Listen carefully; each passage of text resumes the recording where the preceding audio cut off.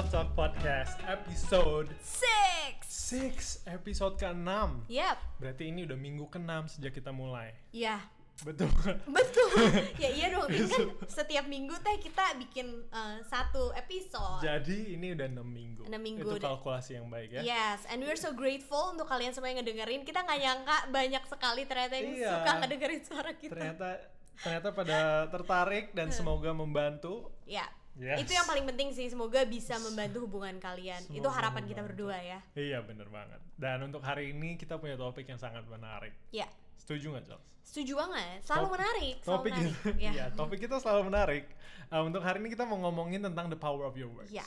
Kekuatan perkataan kita, kekuatan mulut kita.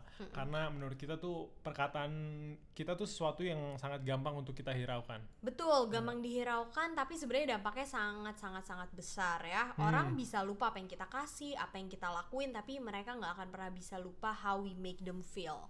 Iya, benar-benar kan? agree. Karena kalau mau dibikin contoh, dari setiap relationship kita, dari friendship, family, relationship, pasangan, benar yang kamu bilang, kita nggak akan selalu ingat apa yang mereka lakukan, apa yang mereka berikan, tapi kita tahu kan perasaan kita terhadap mereka gimana. Iya, dan ketika kita spend time bareng orang itu ya. Iya, perasaan kita tuh yang selalu terikat sama kita tuh perasaan kita Iya, terhadap orang itu iya, gimana. iya. Dan salah satunya perasaan itu bisa dibangun dari perkataan. Betul, kalau misalnya kita memperkatakan hal-hal yang positif, misalnya kalau misalnya aku spend time sama tim, terus tim selalu bilang, I'm so proud of you, I love what you're doing, and something like that, aku akan ngerasa percaya diri dong, dan semakin semangat untuk melakukan apa yang seharusnya aku lakukan. Tapi ketika kamu ngomong sesuatu yang bikin aku, ya misalnya kayak, Charles, perut kamu buncit banget sih, itu kan bikin aku jadi kayak insecure gitu kan. Itu belum pernah terjadi ya guys. Iya, itu terjadinya justru Contoh. itu belum pernah terjadi dari tim ke aku, tapi dari aku ke tim. Sekali-kali pernah. Tapi selain itu aku juga mau nambahin, dimana ini juga sebenarnya kekuatan mulut tuh bukan cuma di relationship, tapi udah sampai aku ceritain aja ya, Iya. apa yang aku pelajarin. Boleh deh, boleh. Boleh ya. Iya. Aku waktu itu aku kan pelayanan, aku volunteer di gereja. Iya. Jadi waktu itu ada security training, dan itu ada head of police training, kepala dari training kepolisian, datang untuk ngasih tahu kita, ngajarin kita gitu loh. Kalau lagi ada masalah atau enggak kalau lagi ada orang jahat atau enggak orang yang mau bikin keributan di dalam gedung ini, what should we do? Ya kan? Yang pertama itu pastinya untuk cari bantuan. Iya. Oke kan, di gedung itu mungkin ada security, ada orang lain yang bisa ngebantu. Tapi kalau kita yang sedang menghadapinya, kita harus tahu senjata yang paling kuat tuh bukan senjata yang polisi punya physically gitu loh. Yeah. Bukan pistol, bukan tongkat, tapi yang paling kuat tuh mulut kita. Jadi pada saat ada orang yang mau bikin keributan, dia kasih tahu mulut kita tuh bisa either membuat situasi itu semakin tenang, Atau lebih kacau ya. atau lebih kacau, atau lebih panas. Dan itu dia kayak aku mulai ngeh, dan oh ini emang sebenarnya kekuatan mulut tuh besar banget. Iya, Dan iya. kita mau diskusiin hari ini untuk gimana cara kita apply itu di dalam hubungan kita. Siap. Setuju gak sih? Setuju. Pertama, kayak yang kamu bilang kan, perkataan kita bisa membawa dampak kepada perasaan kita Iya. sama pasangan kita. Iya. Nah, dampak dari memperkatakan hal-hal negatif di dalam hubungan tuh apa, Charles? Dampak kalau kita ngomong yang negatif ya. Iya. Ya bisa insecure ya nggak sih? Jadi nggak percaya diri, jadi low self esteem ya Iya. kan? Terus ya itu ya kira-kira dampaknya sangat-sangat kurang baik lah ya Sangat di dalam kurang hidup. baik. Benar, tapi on the other side menurut aku ini progressively. Ini nggak sekali, misalnya kita ngomong apa negatif, kita nggak jaga perkataan kita sekali, langsung relationship-nya rusak. Maksudnya kadang-kadang bisa kalau emang kasar banget atau lagi ngomongan yang nggak bener-bener Iya. kasar banget tuh bisa langsung sekali itu langsung klik. Tapi kadang-kadang misalnya insecure kita membandingkan pasangan kita bilang kok kamu nggak bisa ini sih, kita kasih tahu kelemahan-kelemahannya, itu nggak akan cuma sekali doang terus langsung hubungannya rusak. Iya. Tapi progressively, kalau itu konsisten, kamu membuat dia insecure, membuat dia ragu atas dirinya sendiri, lama-kelamaan hubungannya akan menjadi nggak baik. Betul. You know? Iya. Jadi ada dua sih kayak yang sangat signifikan, ada yang bisa terjadi sekali, tapi ada juga yang perlu kita perhatiin tuh adalah di saat itu terjadi progressively. Karena iya benar sih. Itu kayak kayak roots gitu ya di dalam kayak diri roots, kita. Bener. Karena itu tuh bisa terjadi padahal siapa yang ngomongin tuh nggak sadar. Iya nggak sih? Benar-benar. Kadang kita nggak sadar sih sama apa yang kita ngomongin. Iya, karena dia ngomongin perkataan negatif, mungkin niatnya bercanda, mungkin niatnya dia cuma ngeluarin aja, mulutnya nggak difilter. Tapi sebenarnya dia nggak sadar apa yang diperkatain tuh bisa dampaknya lebih panjang.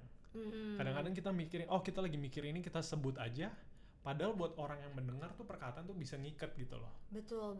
Iya, aku yakin pasti di sini pada ada ya dong yang pernah ngalamin mereka diomongin sesuatu, terus itu terngiang-ngiang, jadi overthink kan tentang perkataan itu gitu. Atau mungkin orang ngatain, elah gitu doang, baper lu gitu ya misalnya. Tapi kayak, aku termasuk orang yang sensitif, Tim, dan ya bisa dibilang aku juga cukup baper gitu loh. Tapi I don't think itu sesuatu yang harus perkatakan gitu, baper lu gitu kan. Tingkat sensitivitas orang kan beda-beda ya, ngerti gak sih? Iya. And I guess we need to respect that. Iya, benar, kita butuh menghargai orang yang mendengar apa yang kita berkatakan. Karena buat kita menyampaikannya itu effortnya nothing gitu loh. Iya, kita gampang kan tinggal gampang banget mau ngomong A mau ngomong B, apalagi nih, waduh, kita sampai ke sini di era teknologi, di dunia sosial media.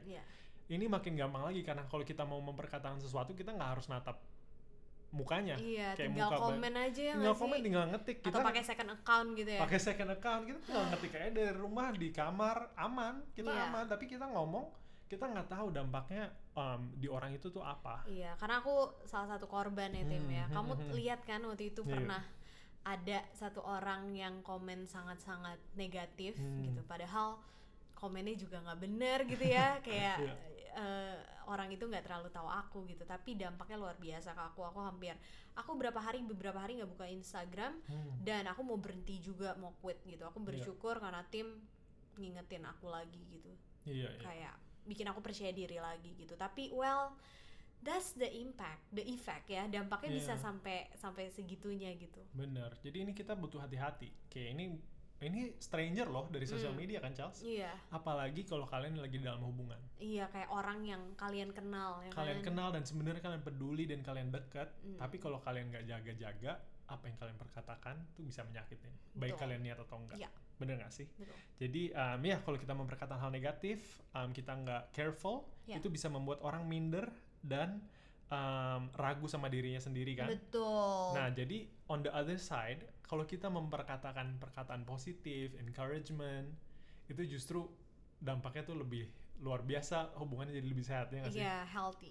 Iya, jadi salah satu contoh juga nih aku pernah dengar dari orang yang udah lebih berpengalaman ya. Istrinya tuh, si cowok ini tuh lagi pulang bawa groceries banyak. Jadi dia ibaratnya tuh lagi bawa banyak plastik. Terus istri dia cuma bilang gini, "Oh wow honey, you're so strong." Kayak cuma bilang, "Waduh, sayang kamu kuat banget." Waduh, itu awalnya cuma ngangkat doang, terus akhirnya udah jadi makin pede. Ibaratnya itu plastik udah jadi kayak barbel. Udah kayak jadi barbel, udah kayak dumbbell, tinggal lagi di bicep curl. Oh iya emang I'm strong. Jadi perkataan itu juga sama nih, simple, gampang disampaikan dari seorang istri buat bilang, "Aduh kamu kuat banget." Tapi dampaknya buat si cowok itu jadi dia makin pede, dia makin kuat. Justru lagi ngebantu bawa groceries jadi makin pengen. Iya nggak sih? Iya, makin pengen ngelakuin lebih lagi ya. Iya benar. Dan menurut kamu, Charles, contoh-contoh perkataan apa yang bisa kita perkataan dalam hubungan supaya kita lebih mindful nih? Mungkin kita kadang-kadang juga nggak sadar, aduh, aku pengen deh encourage pasangan aku, tapi aku mungkin nggak kepikiran langsung kan apa yang aku perlu sampaikan. Kayak apakah itu harus hal-hal yang panjang, in detail, dan harus hal yang poetik banget, atau kayak bisa hal simple? Menurut aku justru simple things aja justru gitu. Mungkin emang pasangan kita pasti banyak kelemahannya juga kan, tapi coba perkatakan sesuatu yang kalian harap akan lihat di dalam pasangan kalian gitu loh. Jangan memperkatakan kelemahannya terus menerus gitu. Betul. Menerus. Terus menerus. Iya, jangan terlalu fokus dengan kelemahannya gitu, tapi encourage dia untuk apa yang kalian yakini gitu. Kayak misalnya Timmy pengen jadi astronot ya, kayak aku akan encourage Tim, aku percaya kamu akan jadi astronot yang hebat suatu hari nanti gitu. Benar-benar setuju banget. Walaupun ini bukan berarti kita nggak ngakuin kan pasangan Iya. kita nggak punya kelemahan. Itu nggak kayak kita semua udah ngakuin kita kalau dalam hubungan nih sama-sama nggak sempurna, Iya. pasti punya kelemahannya. Tapi bukan berarti kita harus memperbesarkan kelemahannya. Kalau kita Yes. fokus ngomongnya negatif atau kita nggak jaga perkataan kita cuma membesarkan kelemahannya. Padahal yang kayak Chelsea bilang, yang bisa kita lakukan adalah ibarat itu menutupi kelemahan satu sama lain. Iya. Tapi iya. bukannya untuk membiarkan mereka dengan kelemahan itu. Iya. Tapi kita bisa encourage, hey, mungkin kamu bisa ngelakuinnya seperti ini. Kita bisa encourage dan mendorong dia untuk melakukan dengan lebih baik. Betul, karena aku percaya apa yang kita perkatakan itu apa yang kita lihat gitu kan. Sama kayak mikroskop, kalau kita memperbesar apa yang, kalau misalnya ya kalau kita pakai mikroskop nih ya Tim, kita giniin ke objeknya akan makin besar kan. Kalau kita fokusnya ke kelemahan itu yang akan semakin besar yang kita lihat gitu kan. Betul, Tapi kalau betul. kita fokus ke strength-nya dan apa yang dia lakuin, hal-hal baiknya, kita akan lebih apa ya? Lebih justru buat orang yang mendengar tuh lebih semangat untuk Lebih menjadi semangat lebih untuk baik. menjadi lebih baik ya. Iya, dan itu ibaratnya itu negatif sama positive reinforcement kan. Iya. Kadang-kadang misalnya mau ngajarin seseorang tuh bisa kita dengan cara menghukum atau dengan rewards. Rewards, Ini jadi dari teori mengajarin anjing nih. Kan, ibaratnya kita misalnya kalau mereka salah kita pukul, Iya. mereka bisa belajar. Iya. Tapi itu kan negative reinforcement, lebih kayak aku nggak mau ngelakuin itu karena kalau aku ngelakuin itu aku dihukum. Ya nggak sih? Tapi kalau misalnya mereka ngelakuin hal baik dan di reward, itu justru lebih baik. Jadi berarti di dalam hubungan kamu bisa memperkatakan encouragement dan kamu bisa nge-celebrate kesuksesan pasangan kamu, Iya. walaupun kesuksesannya kecil. Jadi itu mereka akan menjadi lebih baik dengan vibe yang lebih positif. Betul, jangan ngeremehin gitu ya. Betul. Ya, celebrate the small things. I Celebrate love the that. small things. Iya, kayak kadang-kadang kita nggak mikir gampang sih buat, apalagi mungkin buat cowok ya. Gampang misalnya ada sesuatu hal hebat kecil yang terjadi atau hal positif yang terjadi, kita gampang hirauin, oh ya udahlah gitu loh. Itu doang gitu ya. Itu doang, atau enggak mungkin banyak cowok juga, aku nggak tahu nih banyak cowok atau aku doang. Atau kamu doang. Kadang-kadang nggak dengan mudah berkata-kata. Oh iya, kamu nggak tapi Nggak- sekarang nggak- kamu oke sih Tim. Nggak Kamu sering, improve. iya, tapi maksudnya kan pasti banyak dong yang nggak ngelihat sesuatu hal yang baik nggak langsung diomongin. Banyak kan lebih suka quiet aja. Keep aja ya gitu Keep ya. aja, Iya, santai. iya, iya. Padahal kalau misalnya ini bukan hal yang buruk ya, tapi Iya. maksudnya ini hal yang bisa kita lakukan lebih baik adalah Iya. celebrate one another's victories. Iya, Walaupun jadi itu kecil. kalau misalnya kalian melihat sesuatu yang baik dari pasangan kalian, sekecil apapun itu, tell them, let them know. Ya. Benar-benar. Iya, progres. Ibaratnya nih kalau aku lagi mau olahraga, ngurusin badan. Kalau misalnya aku setiap minggu ngeliat Chelsea bilang, aduh Tim, kamu makin kurus tuh, olahraganya bagus. Aku bakal lebih ini. Oke, jadi ini kode ya. Sebenarnya on the spot, gila On dia the kode, spot, pengen aku kode. ngomong kurus-kurus terus ke dia. Kurus-kurus. Baik Tim, aku akan bilang kamu kurus. Enggak, ini lagi sharing aja. Oke, oke, Opini. Oke, iya iya. Oke, dari sini kita mau ngomongin ya hal praktikal yang bisa kita lakukan untuk mengontrol perkataan kita. Ya. Ya, ini sesuatu yang aku baca dari buku yang kamu baca ya, Charles? Iya, I Declare War. Bagus banget. I Declare War by Levi Lasko. Yap. Simple. Yaitu ada 4 step. Dia ngajarinnya sih bikin tabel pakai 4 kuadran ya. Iya. Tapi karena susah untuk menjelaskan di podcast, aku bilang ada 4 step. Yang pertama itu analisa. Oke, analisa apa? Analisa apa yang sedang terjadi dan apa yang mau kamu lakukan. Nih, jadi kita tulis nih apa Tulus. Oke, tulus. Oke, kita tulus. Tulis. Ini ngebantu nulis. Soalnya misalnya kamu lagi emotional, kamu lagi kecewa. Ini contohnya kita langsung pakai aja. Kamu lagi dalam hubungan, kamu kecewa sama apa yang pasangan kamu lakukan. Oke, untuk pertama kamu stop dan kamu tulis. Kamu Iya, analisa. jangan langsung ngomong. Jangan langsung bertindak. Kamu stop, kamu analisa apa yang terjadi dan apa yang kamu mau lakukan. Iya. Yang paling biasa terjadi adalah di saat kita kecewa, kita langsung pengen ngelakuin apa? Mau langsung ngelawan balik, kita mau marah, kita mau bilang, aduh kok kamu ngomong gini sih, kan ini bla bla bla bla bla, kok kamu nggak mikirin aku sih bla bla bla bla. Jadi itu dulu, kamu tulis analisa apa yang terjadi. Kayak, dan kamu mulai sadar mungkin over time kamu akan sadar ada pattern ya. Setiap kali A terjadi, aku merasakan B. Setiap kali A terjadi, B terjadi, gitu loh. Oke, itu step 1 ya. Step kedua, prediksi.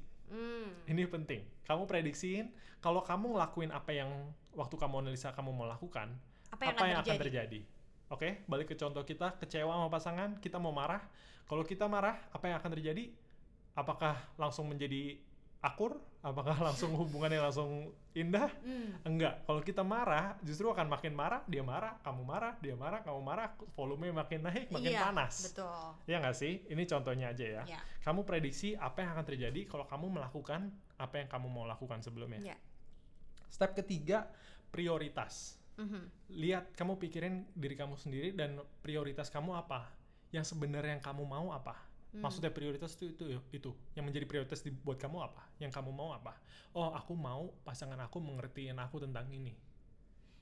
Ya kan? Itu apa yang most of us itu mau itu gitu loh. Aku mau pasangan aku ngertiin aku. Aku mau pasangan aku dengerin aku. Aku mau pasangan aku mungkin masakin aku atau nggak mau jangan main HP depan aku kalau aku lagi makan. Kamu pikirin itu prioritas kamu apa. Dan keempat, navigasi. Apa tuh? Navigasi itu untuk evaluasi, untuk mendapatkan apa yang kamu mau, yang prioritas kamu, apa yang seharusnya kamu lakukan. Misalnya kamu pengen pasangan kamu ngertiin kamu, apa yang perlu kamu lakukan? Mungkin ngomong baik-baik. Kamu jelasin, aku tadi rada kecewa, aku tadi rada sakit karena kamu lakuin ini. Sebenarnya aku ngerasa yang terbaik tuh ini. Itu kan. Terus kemungkinan besar tuh apa yang kamu jawaban dari waktu kamu evaluasi navigasi sama jawaban waktu kamu analisa itu berbeda. Pasti beda jauh ya. Pasti beda jauh. Jadi maksudnya intinya tuh apa yang awalnya kamu mau lakukan sebenarnya tuh nggak akan menghasilkan apa yang kamu mau. Iya kan? Pada awalnya tuh waktu kamu kecewa pengennya emosi, pengennya marah. Tapi kamu akuin, kamu pengennya tuh hubungannya akur. Lah, marah tuh nggak akan menghasilkan itu. Kamu udah navigasi, kamu tahu, oh harusnya ngomong baik-baik. Oh harusnya stop. Mungkin diam dulu, nunggu udah pada dua-duanya tenang. Baru sama-sama ngomong baik-baik, nggak usah teriak-teriak, nggak usah berantem. Itu kan? Nah ini dia 4 step yang menurut aku useful banget. Iya banget sih. Applicable banget. Yang susah, ini aku jujur aja, yang susah untuk ngelakuin ini adalah pada waktu kamu lagi emotional mungkin gak gampang untuk step back and do this. Karena ketika kita lagi emotional kita maunya langsung jebret gitu ya. Padahal ketika kita langsung jebret akan banyak hal-hal yang akan kita sesali. Betul. Ya kan? Gitu. Karena aku banyak terima DM yang menyesal gitu melakukan ini ke pasangannya segala macam gitu. So I guess that's another challenge untuk kalian yang lagi denger ini. Aku percaya ini gak kebetulan. Jadi untuk kalau lagi emosi, take a step back. Take a step back. Ini yang aku sering denger belajar dari Chelsea adalah kalau lagi ada konflik, jangan sampai kita ngomong di tengah-tengah emosi sampai kita ngomongin sesuatu yang kita sesalin. Ya kan? Ya itu sedikit tips dari kita. Tapi sekarang kita beberapa hari yang lalu kita minta nih di Instagram ya contoh-contoh perkataan-perkataan dari pasangan kalian yang kalian ingat. Banyak banget ya tim jawabannya. Betul. Dan aku bacanya rada apa ya, ada yang oh that's sweet gitu, tapi ada beberapa yang bikin aku kok gitu sih, tega banget ya kan. Banyak yang ini juga bikin gemes ya. Iya, kita mau ibaratnya kita mau diskusiin ini contoh-contoh perkataannya dan kita mau lihat kayak apa reaction kita kalau itu diperkataan kepada kita, dan mungkin kita juga akan share opini kita kayak apa yang sebaiknya kalian lakukan kalau perkataan ini udah mulai keluar. Ya, ini opini dari point of view kita ya. Oke. Untuk perkataan negatif karena saking banyak nih kita udah bikin 4 kategori. 4 kategori, yaitu pertama adalah di saat pasangan kamu memperkataan sesuatu kayak dengan perkataan itu keras dan ngancem buat supaya dia mendapetin apa yang dia mau. Ya kan? Contohnya tuh ini unfortunately lumayan sering ya. Ini paling banyak. Ngancem putus. Iya, kalau ada masalah ngancem putus. ngancem putus. Waktu itu dia omongin mungkin pasangannya jadi takut. Jadi oh ya udah deh aku ngalah. Ya kan? Ada juga yang lain adalah bilang gini, kalau kamu keras aku bakal lebih keras dari kamu. Ya kan? Menurut kamu kalau kamu digituin gimana, Charles? Kayak aku nggak tahu sih, kayak aku nggak pernah gituin tapi kayak that's mean. That's really mean. Dan itu ini bisa dibilang emotional abuse. Ini abusive gitu loh. Jadi kalau emang udah ada perkataan seperti ini, mau ngancem putus, bilang kalau kamu keras aku akan lebih keras.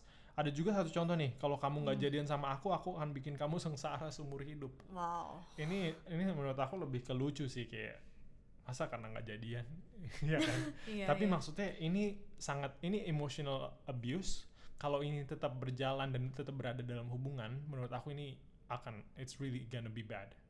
Gitu loh. Apalagi mungkin satu orang yang abusive, satu orang tuh yang nerima aja.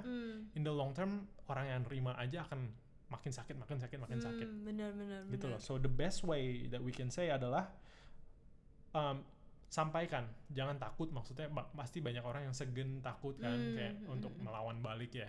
Tapi maksudnya ngomong baik-baik, bilang, oh kalau kamu ngomong seperti itu, kamu ngomong ngancem putus, aku ngerasa itu nggak bagus dan itu justru nyakitin aku, dan justru aku ngerasa itu nggak sehat dalam hubungan ini. Dan kamu evaluasi dia mau berubah atau nggak. Iya, benar. Balik lagi pacaran kan evaluasi. Balik lagi ke episode 1. Kalau dia mau berubah, bagus. Kamu bisa nge-support dia, sabar, mungkin dia berubah pelan-pelan.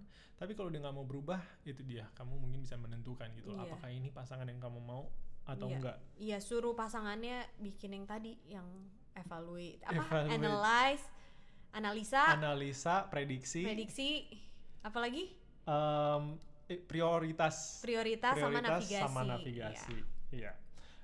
Kategori yang kedua itu orang ini ngomongnya kasar, tapi karena dia kayak nggak mikir apa yang akan terjadi. Iya. Ya kan, yaitu mungkin ngomong kata kasar, guguk lu ya. Ini ngomongin udah kebun binatang keluar, atau enggak, kalau lu ngelakuin ini lu mau jadi cewek murahan. Kayak ini perkataan kasar, unnecessary, dan dia nggak mikir menurut aku.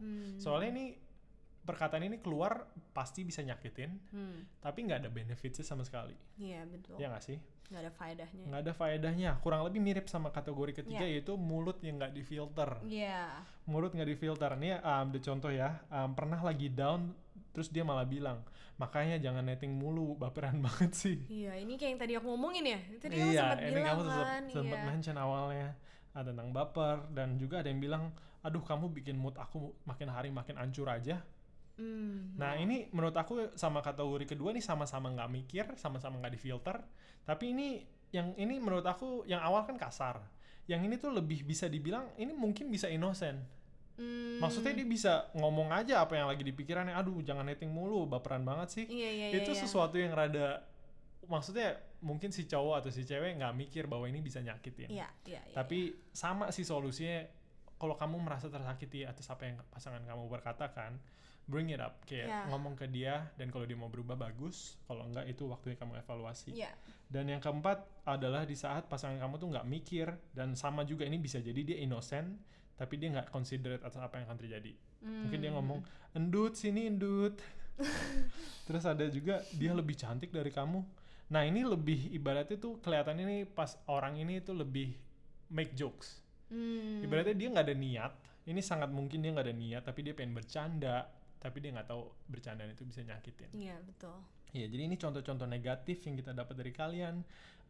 Kalau emang kalian dengar, bring it up. Jangan sampai ini menjadi kebiasaan dalam hubungan ya. Yeah, it's not healthy sih. Apalagi kalau misalnya udah married. Aku nggak kebayang sih kalau misalnya sampai udah married terus anaknya denger gitu ya. Kayak dampaknya kan lebih lagi more, gitu ya, generational itu udah impact. Mulai ngedampak ke orang lain, ke anak kamu, masa depan dia seperti apa.